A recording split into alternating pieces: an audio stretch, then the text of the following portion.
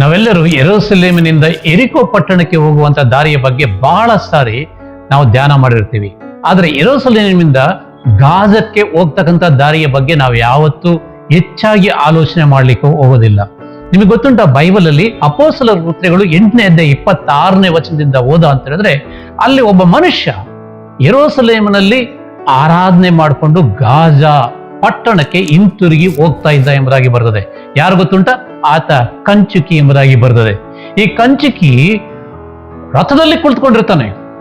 ಆತನು ಬಹಳ ಅಧಿಕಾರದಲ್ಲಿದ್ದಂತ ಒಬ್ಬ ವ್ಯಕ್ತಿ.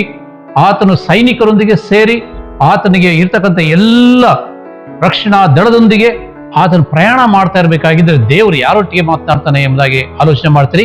ಫಿಲಿಪ್ಪನೊಟ್ಟಿಗೆ ಮಾತನಾಡ್ತಾನೆ. ಹೇಳ್ತಾನೆ, ನೀನು ಆ ರಥ, ಅವನು ಹೋಗ್ತಾ ಇದ್ದಾನೆ, ಅಧಿಕಾರಿ ಹೋಗ್ತಾ ಇದ್ದಾನೆ, ಆ ಕಂಚಿಗೆ ಹೋಗ್ತಾ ಇರ್ತಕ್ಕಂಥ ರಥದ ಪಕ್ಕದಲ್ಲೇ ನೀನು ಕೂಡ ಓಡ್ತಾ ಇರು ಎಂಬುದಾಗಿ ಹೇಳ್ತಾನೆ.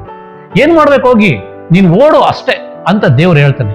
ಅವನು ಆ ರಥದ ಪಕ್ಕದಲ್ಲಿ ಓಡ್ತಾ ಇರಬೇಕಾಗಿತ್ತು ಅಂತ ಹೇಳಿದ್ರೆ ಅವನು ಏನನ್ನ ಕೇಳಿಸ್ಕೊಳ್ತಾನೆ? ಯೆಶಾಯನು ಬರೆದ ಪ್ರವಾದನೆ ಗ್ರಂಥದಲ್ಲಿ ಕೆಲವು ವಚನಗಳನ್ನ ಆ ಕಂಚುಕಿ ರಥದ ಮೇಲೆ ಕುಳಿತುಕೊಂಡು ಹೋಗ್ತಾ ಇರ್ತಾನೆ. ಆದ್ರೆ ದೇವರ ಸೇವಕ ರಸ್ತೆಯಲ್ಲಿ ಓಡ್ತಾ ಓಡ್ತಾ ಓಡ್ತಾ ಹೋಗ್ತಾ ಇರ್ತಾನೆ. ಆ ಕಿವಿಯಲ್ಲಿ ಬಿದ್ದಾಗ ವಚನಗಳು ಅವನು ಕೇಳ್ತಾನೆ, ಕಂಚಿಕೆಯೇ, ನಿನಗೆ ಅರ್ಥ ಆಯ್ತಾ?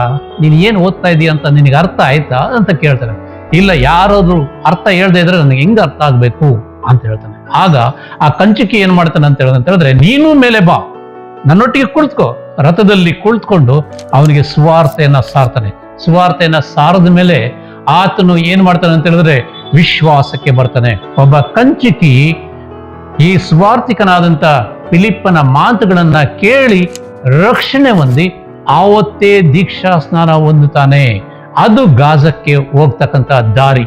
ಯೆರೂಸಲೇಮಿನಲ್ಲಿ ಆರಾಧನೆ ಮಾಡಿದ ನಂತರ ವಿಶ್ವಾಸಕ್ಕೆ ಬಂದು ದೇವರ ವಾಕ್ಯವನ್ನು ಓದಿ ಆ ಗಾಜಾ ಮುಟ್ಟುವುದರೊಳಗಾಗಿ ದೀಕ್ಷಾ ಸ್ನಾನ ಹೊಂದ್ತಾನೆ. ನಮ್ಮಲ್ಲಿ ಕೆಲವರು ನಾವಿದ್ದೀವಿ, ಸಾಯುವ ತನಕ ನಾವು ದೀಕ್ಷಾ ಸ್ನಾನ ತೆಗೆದುಕೊಳ್ಳೋದಿಲ್ಲ, ಸಾಯುವ ತನಕ ಯೇಸುವನ್ನ ನಾವು ನಂಬೋದಿಲ್ಲ, ಸಾಯುವ ತನಕ ನಾವು ಬೈಬಲ್ ಕೂಡ ಓದ್ಲಿಕ್ಕೆ ಹೋಗೋದಿಲ್ಲ. ಆದ್ರಿಂದ ಪ್ರಿಯರೇ, ಬೈಬಲ್ ಓದಿ ಕರ್ತನ ಆಶೀರ್ವಾದವನ್ನ ಹೊಂದ್ಕೊಳ್ರಿ. ದೇವ್ರು ನಿಮ್ಮನ್ನ ಆಶೀರ್ವಾದ ಮಾಡಲಿ. ಬರೀ ಯೆರೂಸಲೇಮಿಗೆ ಹೋಗಿ ದೇವಸ್ಥಾನದಲ್ಲಿ ಕುಳಿತುಕೊಂಡು ಬಂದಂಗಲ್ಲ, ದೇವಾಲಯದಿಂದ ಹೊರಗಡೆ ಬಂದ ಮೇಲೆ ಖಂಡಿತವಾಗಿ ಬೈಬಲ್ ಕೂಡ ಓದ್ತಕ್ಕಂಥದ್ದು ಬಹಳ ಮುಖ್ಯ. ಬೈಬಲ್ ಓದಿ ದೇವರ ಆಶೀರ್ವಾದವನ್ನ ಹೊಂದ್ಕೊಳ್ರಿ. ಆಮೇನ್.